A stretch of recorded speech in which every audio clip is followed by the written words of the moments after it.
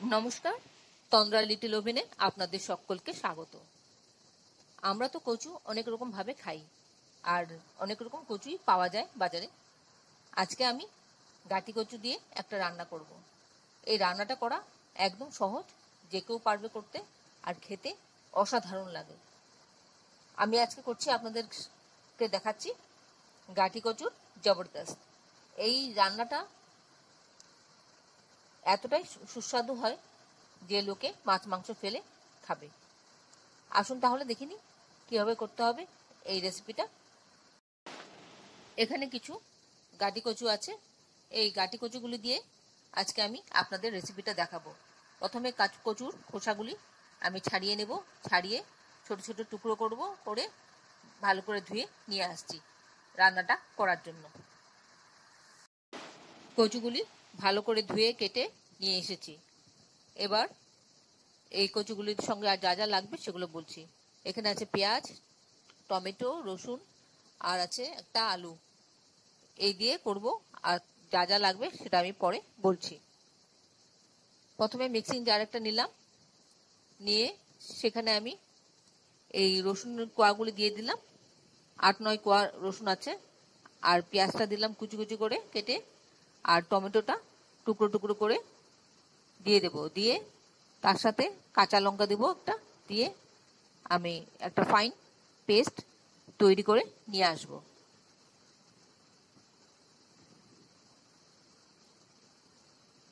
টমেটোটা আমার কাটা হয়ে গেল। এবার একটা কাঁচা লঙ্কা দিয়ে দিলাম, দিয়ে ফাইন পেস্ট করে নিয়ে আসছি। সামান্য একটু জল দিয়ে দিলাম। কড়াতে সর্ষের তেল দিয়ে দিচ্ছি। এই রান্নাটা আমি সর্ষের তেলে করব। 1 টেবিল স্পুনের মতন সর্ষের তেল দিলাম। তেলটা একটু গরম হলে তার মধ্যে আমি আলুগুলি দিয়ে দিলাম। এর মধ্যে একটু হলুদ গুঁড়ো দিয়ে দিচ্ছি, আর একটু নুন দিয়ে দিলাম স্বাদ মতন। দিয়ে আলুগুলিকে ভেজে নেব। লাল লাল করে ভাজবো, যতক্ষণ গোল্ডেন ব্রাউন হয় ততক্ষণ। আপনারা কে কোথা থেকে, কোন শহর থেকে আমার এই রেসিপিটা দেখছেন, প্লিজ একটু কমেন্ট বক্সে কমেন্ট করবেন। আমার তাহলে খুব ভালো লাগবে। আর নতুন কোনো বন্ধু প্রথমবার আমার চ্যানেলটাকে দেখে থাকলে আপনাকে একটা বিগ হাগ জানাচ্ছি। চ্যানেলটাকে সাবস্ক্রাইব করে নেওয়ার জন্য অনুরোধ রইল।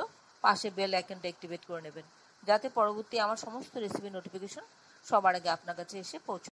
এবার কড়াতে সর্ষের তেল দিয়ে দিচ্ছি আবার 1 টেবিল স্পুনের মতন। তেলটা একটু গরম হোক। তেলটা গরম হলে এর মধ্যে গাঁটি কচুগুলি দিয়ে ভেজে নেব। গাঁটি কচুগুলি দিয়ে দিচ্ছি। এর সাথে দিয়ে দিলাম একটুখানি নুন স্বাদ মতন, আর দিলাম হলুদ গুঁড়ো। দিয়ে গাঁটি কচুগুলিকে ভালো করে মিশিয়ে নেব। ভালো করে মিশিয়ে আমি এর মধ্যে মিশিয়ে খানিকক্ষণ ঢেকে রাখবো, তাড়াতাড়ি সিদ্ধটা যেন হয়ে যায়। কারণ অনেকে সেদ্ধ করে করে, আমি সেদ্ধ করে করি না। কারণ সেদ্ধ করে করলে একটু লত লত মতন হয়ে যায়, আমার সেটা ভালো লাগে না। তাই আমি কাঁচাটা রান্না করি। এইভাবে ভেজে নিই খানিকক্ষণ, ভেজে ঢেকে ঢেকে ভাজি আমি সেদ্ধ করি। আমি 2 মিনিট মতন ঢেকে রাখলাম। 2 মিনিট বাদে খুলে দেখছি, তাতে খেতে বেশি ভালো লাগে। আবার একটু নেড়ে দিচ্ছি। এইভাবে উল্টে পাল্টে নেড়ে নেড়ে ঢেকে ঢেকে আমি গাঁটি কচুটাকে সেদ্ধ করে নেব।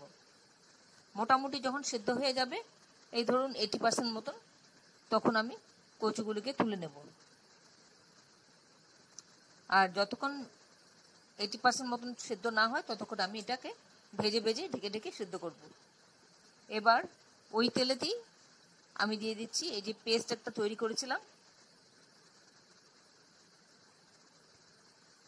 পেঁয়াজ রসুন দিয়ে যে প্রথমে শুরুতেই একটা পেস্ট তৈরি করেছিলাম, সেই পেস্টটা দিয়ে দিলাম।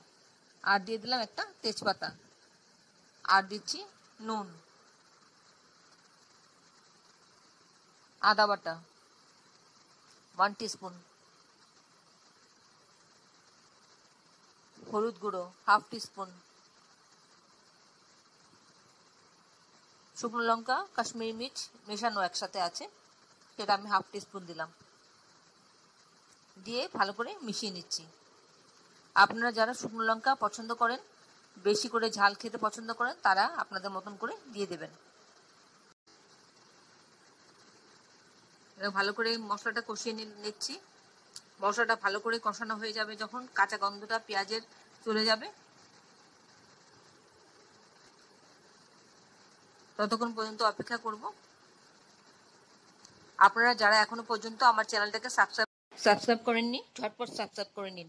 আপনাদেরকে আমাদের মাঝে দেখতে পেলে আমাদের খুব ভালো লাগবে। এবার এর মধ্যে ভেজে রাখা গাঁটি কচুগুলো দিয়ে দিলাম। দিয়ে মশলাটা ভালো করে একটু নেড়ে চেড়ে নিচ্ছি, মিশিয়ে নিচ্ছি। তারপর আমি একটু সময়ের জন্য ঢেকে রাখবো, যাতে কচুটাও সেদ্ধ হয়ে যাবে আর মশলাটাও ভাজা ভাজা হয়ে যাবে। 1 মিনিট বাদে আমি ঢাকাটা খুলে দেখছি মশলাগুলি আমি একটু উল্টে পাল্টে দিচ্ছি, যাতে সব দিক থেকে মশলাটা ভাজা ভাজা হয়ে যায়। কচুটা সেদ্ধ হয়ে আসছে অলমোস্ট, আর একটু বাকি আছে। এবার ঝোলটা দিলে পরে বাদ বাকিটুকু সেদ্ধ হয়ে যাবে। আশা করি আপনাদের ভালো লাগছে আমার এই রেসিপিটা। যদি ভালো লেগে থাকে অবশ্যই একবার এভাবে করে খাবেন। আমি এখানে 1/2 কাপ মতন জল দিয়ে দিলাম। এবার একটু ফুটবে। আর আমার রেসিপিটা যদি দেখে আপনাদের ভালো লেগে থাকে তাহলে একটা লাইক দেবেন, আর বন্ধুদের সাথে অনেক অনেক শেয়ার করবেন, যাতে অন্যরাও এভাবে তৈরি করে খেতে পারে। এই রান্নাটা করা একদম সহজ, আর খেতে কিন্তু অসাধারণ লাগে। আপনি একবার করে খাবেন, দেখবেন আপনারও খুব ভালো লাগবে। আর এই তরকারিটা দিয়ে গরম ভাতে দারুণ জমে যায়। একদম মাছ মাংস কোনো কিছু দরকার হয় না, এটাই মানে দিয়ে সবটা ভাত খেয়ে নেওয়া যায়। আর তাছাড়া আপনি এটা রুটি দিয়েও খেতে পারেন, লুচি দিয়েও খেতে পারেন, বেশ ভালো লাগে, বেশ জমে যায়।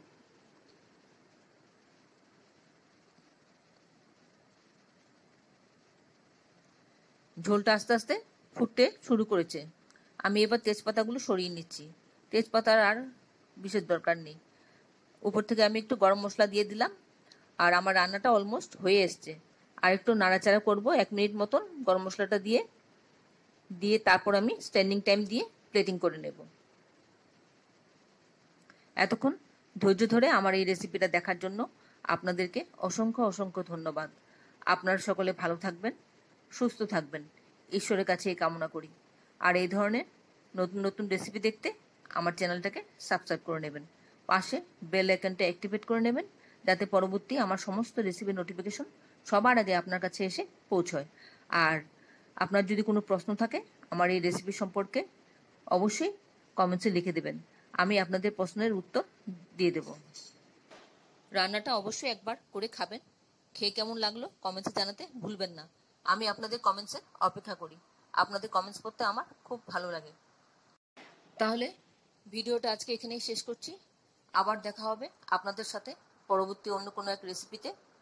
ভালো থাকবেন সবাই, নিজের খেয়াল রাখবেন, পরিবারের সকলের খেয়াল রাখবেন। নমস্কার।